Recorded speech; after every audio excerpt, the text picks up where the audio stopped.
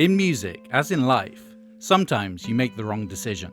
A move that could propel a band to stardom snakes them back to square one. Changes in sound, image and personnel have all spelt the end for one band or another, and no one will know how any particular move will impact a career until it's already too late. In 1986, Sneaker Pimps were on the doorstep of success. Adopted by modern rock radio and buoyed to the mainstream in the wake of the Bristol sound, they had celebrity fans, Hollywood soundtrack placements, and a shining future ahead of them. But then one false move screwed everything up. This is Alt Hit Wonders, and this is the story of Six Underground.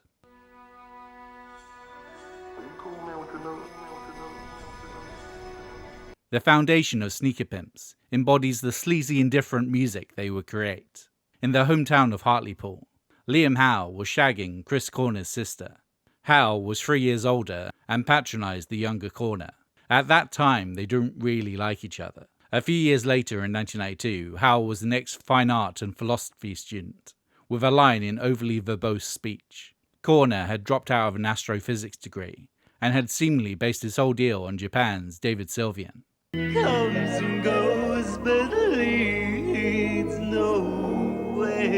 They had reconnected over a shared love of Kraftwerk and Shirley Bassey, and quickly cycled through a couple of faceless DJ-based endeavours, Frisk and Line of Flight.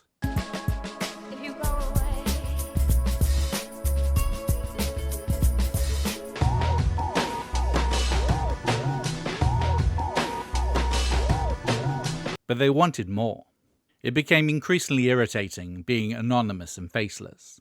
We wanted to be in a pop band with a profile, to be on the cover of magazines, and all those childish things everyone dreams of. To be honest, that was one of our motivations. If people can link a product to an image, then the music becomes stronger. In this postmodern era, it does come down to clothes and haircuts, and to ignore that is being foolish and naive. It's all part of the gambit in pop music to be visual. The image part would be established by Kelly Dayton. Raised in Bartley Green in Birmingham, Dayton had grown up without a television, left school at 14, and left home a couple years later. Since then, she'd been fronting various indie punk bands, creating for herself a striking image, what many saw as future punk. Many a journalist would salivate in informing readers that she had the word chaos tattooed on her left breast. Howe and Connor would chance upon seeing her band, the Lumières, at Birmingham's Flapper and Firkin.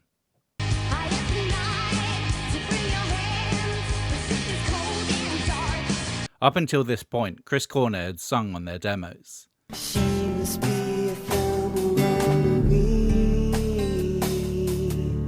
But Dayton was their obvious magazine cover star.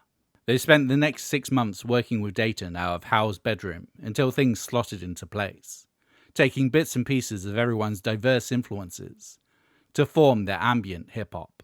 After a demo, they were quickly signed to Clean Up Records, a subsidiary of the label now called One Little Independent. They had released a couple of EPs from Frisk and Line of Flight. So quickly, in fact, that they had to scramble for a name, settling on a phrase that the Beastie Boys' Mike D had used for his payrolled pals, whose sole responsibility was to seek out classic footwear, i.e., his Sneaker Pimps.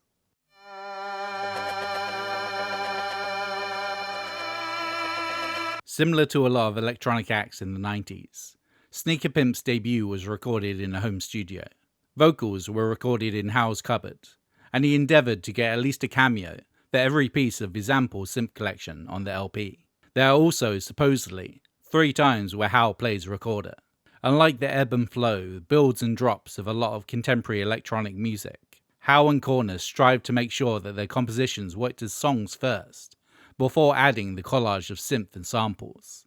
Their test being whether Corner could play it on an acoustic guitar when sat on the toilet. As such, the press often assigned them digital folk. She takes everything. Initially, Howe tried his hand at writing lyrics, but his long-form prose didn't ably suit the songs. As such, his school friend Ian Pickering would come in, listen to Howe jabber on, and condense down his ideas to the indifferent dissections to modern life they became. I'm in love with your confusion on your knees. In interviews, Howe would mock the emotional extremes that usually manifest music. Silly love songs are a chance to have a bit of a moan, when most of the time one feels nothing, perhaps a slightly horny boredom.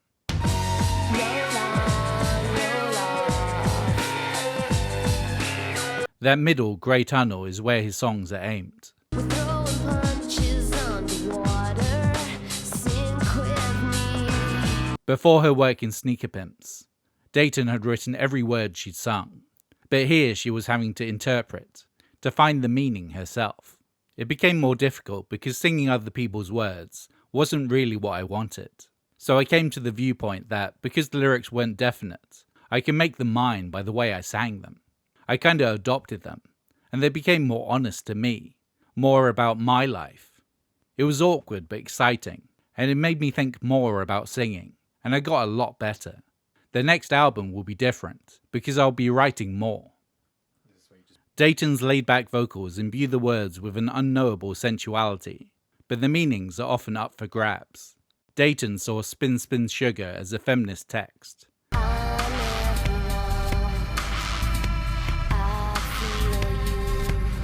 A female robot as an analogue for a subservient woman.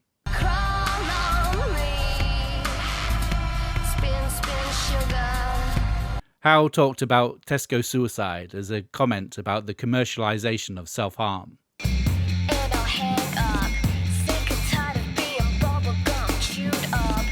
And riffing off his idea of how the supermarket giant should start selling do-yourself-in kits.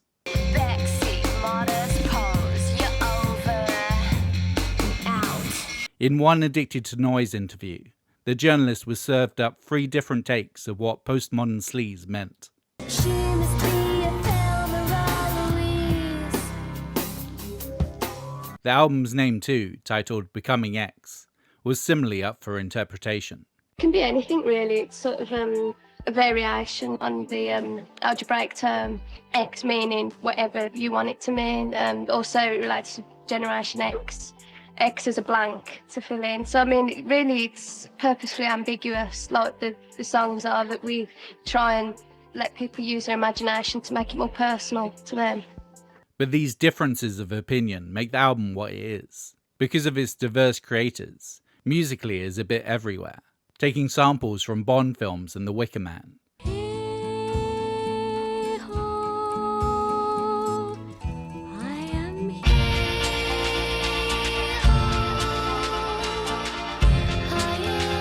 Down-tempo beats from hip-hop, burbling synth bass from techno.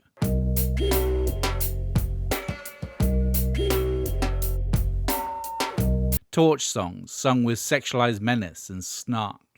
She must be a postmodern tease. Their influences aren't mixed together into a generic slurry, more mosaic together so that they just about fit.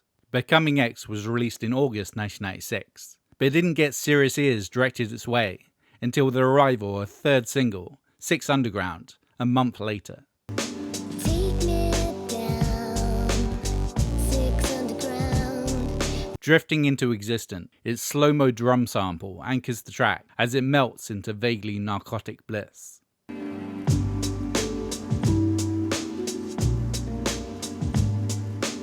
Yet with the repeating harp riff, it calls to mind the false sterility of 1960s futurism. Dayton's voice trapping you within its crimson allure. Laid out low, nothing to go. Despite the inferred sexuality of the track, Howe and Corner have talked about how it's about the suffocation they felt back in their hometown. Nowhere away to meet. Especially when they decided to leave education to create music. I've got a head full of drought down here. The words describe the condescending feeling directed their way for leaving by those that don't understand their creative urges. The idea that your career is merely a time-wasting, frivolous hobby. I'm open to falling from grace. Six Underground is about the claustrophobia of not being able to creatively express yourself in a very small town. It's enormously difficult to have your say, or any effect from what you say. So far off losing We compared it to existing in a coffin, or being restricted to the point of being buried. So it's a reference to being 6 foot underground. What makes it especially interesting is Dayton's interpretation. Howe and Corner as people were very much trapped in their own heads, middle class, university educated, and therefore often wasting time sitting around and mulling things over. Thoughts first, not actions. A delicious friction is created from where Dayton came from, working class and early school leaver, motivated by going out and getting things done. She takes these nerd words and adopted them, made them hers by infusing them with some impulsive blood, some emotion, some, dare I say, chaos.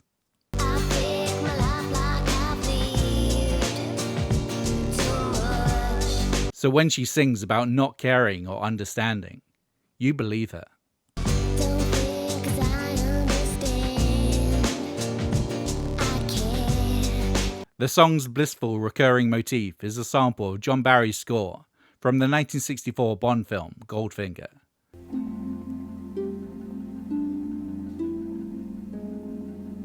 But due to laziness, the band didn't clear the usage until after the album was released. A costly mistake. We're probably paying him about 25% royalty just for that harp sample. We did loads of different versions, it just wasn't as good. It's one of those bizarre things where when you sample something, it's almost like a photograph of some time gone. The beauty was so poignant with the John Barry thing. It's on vinyl and it's like a snapshot of 1967. In his orchestra in a dingy London recording studio. The version released as a single was remixed by Soul II Soul and Björk producer Nelly Hooper, trimming down some of the floatiness and adding its mimetic, structure-reinforcing 1-2-1-2 sample, taken from De La Soul. Once again, the De La Soul is sure to show you we will hit the charter harder than the normal rapping bull. 1-2, 1-2. You need. I've got a head full of This is the version used in the video, and future re-releases of Becoming X would use this remix instead. Hooper came on board around the time Sneaker Pimp signed to Virgin Records in the US, affirming them as the next step in a line of British electronic groups associated with the label. Don't you want me, baby? Don't you want me? Ghosts of my life, the wilder than before. Time was by your side. We were spending time, we were staring out.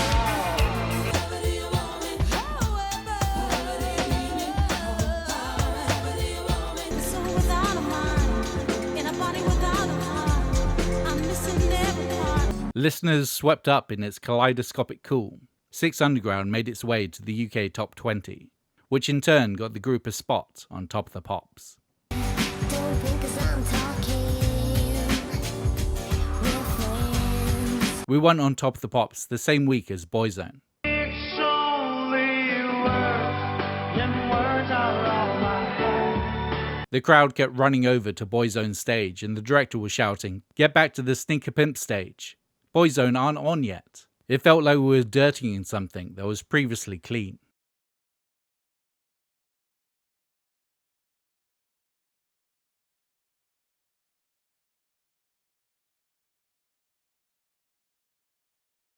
Blake and Joe Wilson on live drums and bass respectively.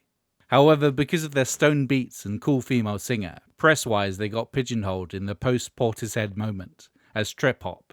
Stand in front of you. I'll take the force of the blow. Don't wanna be on top of your list. Monopoly and properly kiss. Ooh, can't anybody see?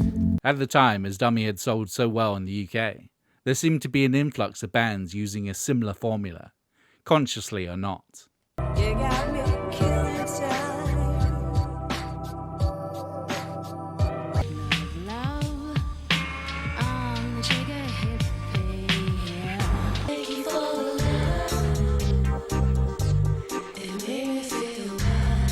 All I've done, all I've found was leading to this. What you need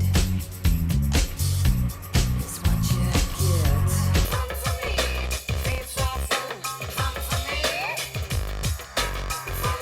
But Howe hated being seen as a trend jumper.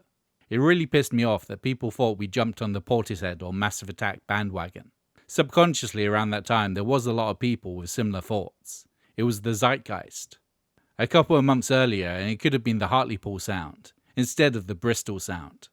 Before long, Hollywood music supervisors were using Sneaker Pimp's music for a quick, easy injection of sexy cool. The Val Kilmer starring adaptation of The Saint. Replacement's titled teen movie Can't Hardly Wait. The trailer for Cruel Intentions. And the Wim Wenders directed Carling ad. All featured Six Underground. Carling Premier. So smooth, it's effortless. Additionally, there were vague plans for the group to remix the Star Wars theme for the upcoming prequels, which unsurprisingly came to nothing. They also appeared on the Spawn soundtrack, their collaboration with Marilyn Manson, ending up a Manson tune, with a token Dayton vocal, much to the band's disappointment.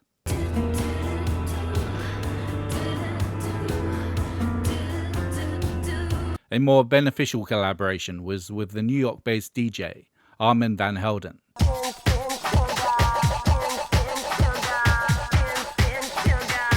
His marathon 9-minute remix of Spin Spin Sugar not only paved the way for the speed garage subgenre, but gave Sneaker Pimps an in with the ravers, their chill beats being the perfect daybreak come down. Through being on the Saint soundtrack and being picked up by Modern Rock Radio and MTV, Six Underground was re-released as a single in May 1997, and would end up climbing the Billboard Hot 100 to number 45 in September. And for a moment, they were just about the trendiest band around. R.E.M. and Sonic Youth went to see them play. Allegedly, Bono and The Edge were refused entry to one of their oversold US club dates, and they hung out with Duran Duran at the premiere of The Saint. Howe and Corner loved their attention, getting smoozed by industry people, but Dayton despised the phoniness, the coked-out fakeness. There's something bad about the music business. A lot of people who are in the music business, especially in America, they seem to lose whatever got them to this point. A lot of them seem to lose their soul, lose their spark. But as their endless tour continued unabated, tensions rose and they began to impact the band's dynamic. Corner was depressed, drinking a lot, and actively avoiding Dayton. After a show in San Diego, he was so drunk that he ran into the sea in a full suit, thinking he could swim back home. Howe had to salvage him from the waves. Weeks later, Howe had his own breakdown. Exhausted and desperately unhappy, he looked out into a grey Tennessee sunrise, caught some abuse from some locals, and decided fuck this, and caught a plane home, effectively cancelling the rest of the tour. By the time the band returned with new music, Dayton was no longer with them.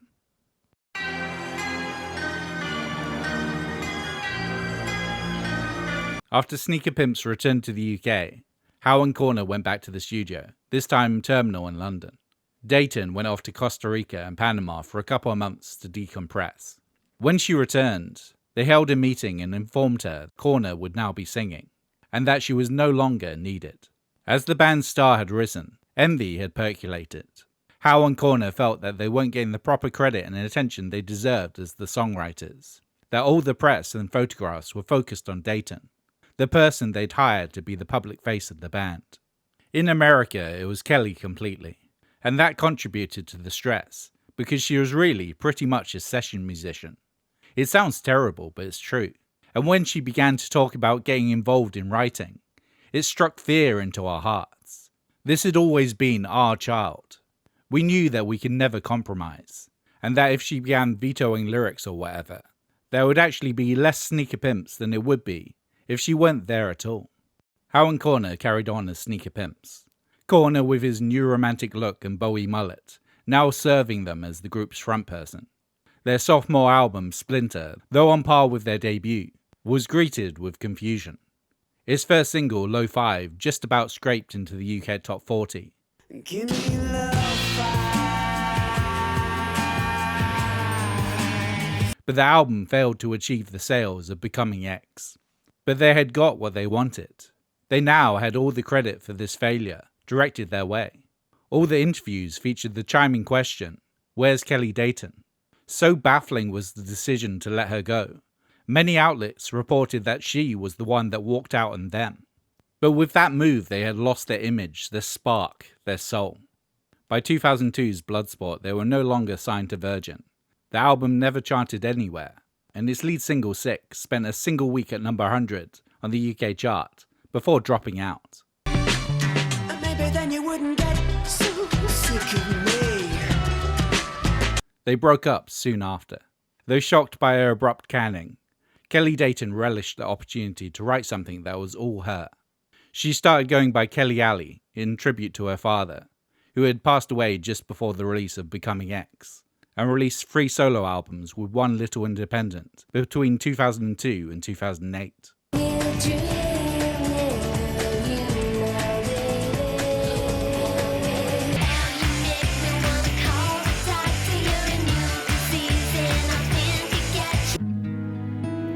What shall we do? Before going the self-release route. And after having seen her on Top of the Pops back in 1986, Bryan Ferry phoned her up to collaborate. This started a bunch of features with various artists. Why in the world are you so cruel? Give it all away to us all. Ooh, I'm walking through you, baby. Please stay silent.